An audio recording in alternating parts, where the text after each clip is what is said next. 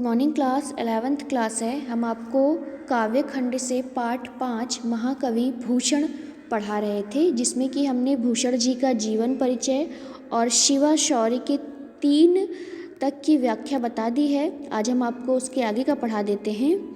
इंद्र निज हेरत फिरत गज इंद्र अरु, इंद्र को अनुज हेरे दुग्धन दीश को, भूषण भनत सुर सरिता को हंस हरे, विधि हरयो हंस को चकोर रजनीश को, सहित ने सरजा यो करनी करी है तो वे, हेतु है अचंभो देव कोटियो 33 को, पावत न हेरे तेरो जसमें, हिरने निज गिरी को गिरीश हरय गिरजा गिरीश को।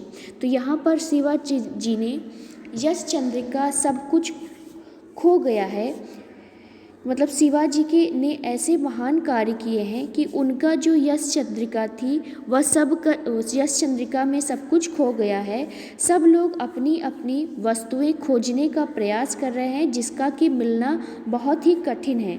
शाह जी के पुत्र शिवाजी, तुम्हारी वीरता पूर्ण कार्यों से जो उज्ज्वल यश चंद्रिका चारों ओर फैली है, उसमें बहुत सारी वस्तुएं खो गई हैं। मतलब जो उनका यश चारों तरफ फैला है, उनकी वीरता का जो यश फैला है, उसमें बहुत सारी ऐसी चीज़ें थी जिसमें जो खो गई हैं, जिन्हें खोजने का प्रयास लोग कर रहे हैं।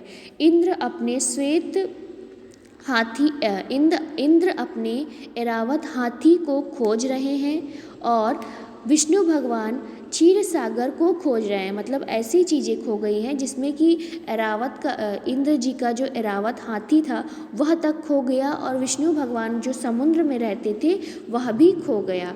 मतलब वो सागर में रहते हैं, क्षीर सागर में, तो वो भी उनसे खो गया। ब्रह्मा जी अपने श्वेत वाहन हंस को खोज रहे हैं, तो हंस मान सरोवर या देव नदी की खोज कर रहा है तथा चकोर चंद्रमा को खोज रहा है। यही नहीं, अपितु शंकर जी भी बर्फ से ढके हुए पर्वत को खोज रहे हैं और पार्वती जी शंकर जी को खोज रही हैं। यह जो वस्तुएं खो गई हैं वे श्वेत रंग वाली थी। मतलब जो भी वस्तुएं खोई हैं वो सब सफ़ेद रंग वाली थी। इन वस्तुओं का श्वेत रंग शिवाजी के उज्ज्वल यश के कारण फीका हो गया। मतलब उनके जो वीरता थी, उनकी जो उज्ज्वलता यश थी, वह इसी कारण फीका हो गया है। अर्थात उन वस्तुओं जैसे कि क्षीर सागर, हंस, सूर्य, सरिता, चंद्रमा, कैलाश पर्वत अथवा भगवान शंकर जी की श्वेत आभा शिवाजी की यश चंद्रिका में खो गई है। मतलब जो भी चीज़ खोई है वह शिवाजी के यश से खो गई है। अगला है, प्रेतनी पिशाचरु निशाचर निशाचरी हो, मिली मिली आपसु में गावत बधाई है, भैरो भूत प्रेत भूरी भूंधर भयानक से, जुस्त जुत जोगनी जमती जेरी आई है, कल की कलंक को कौतूहल करती कली, डिम डिम डमरू दिगंब बजाई है, शिवा पूछे शिवा सौ समाज अजू कहाँ चली, कहूँ पे शिवा नरेश भ्रुकुंड चढ़ाई है।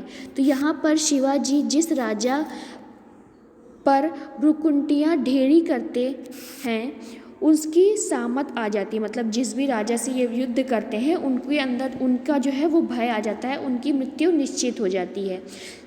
शत्रुओं का ऐसा वध उनकी सेना करती है कि भूत प्रेत निशाच शिव सब प्रसन्न हो जाते हैं, क्योंकि उन्हें तो मृत शरीर की आवश्यकता होती है। तो जिस तरीके से वे सेना के साथ युद्ध करते हैं उसमें भूत प्रेत योगिनी काली शिव सभी प्रसन्न हो जाते हैं, क्योंकि वहाँ पर जिनसे भी ये युद्ध करते हैं उनकी मृत्यु हो जाती है।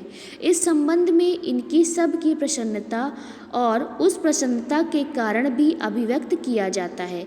प्रेत योनियों में विचरण करती हुई प्रेतनियाँ, पिशाच, राक्षस, राक्षसनियाँ आपस में मिलकर प्रसन्नता भरे गीत गा रही हैं। तो मतलब जब जो प्रेत योनि होती है, जो भूत पिशाच होते हैं, वो क्या कर रहे हैं कि आपस में मिलकर एक दूसरे की बधाई का गीत गा रहे हैं, एक दूसरे को बधाई दे रहे हैं।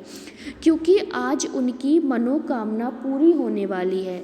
शिवाजी की सेना यहाँ लाशों के ढेर लगा देगी जिससे उनकी आवश्यकता है, मतलब यहाँ पर शिवाजी की जो सेना है वो क्या करेगी कि पूरी तरफ लाशों का ढेर लगा देगी कि जिनकी आवश्यकता होती है, मतलब जो प्रेत योनि होती है उन्हें तो हमेशा लाश की आवश्यकता होती है, मृत्यु की आवश्यकता होती है, तो वो उनके लिए इसीलिए वो इतने प्रसन्न हैं कि एक दूसरे को बधाई के गीत गा रहे हैं, एक दूसरे को बधाई दे रहे हैं।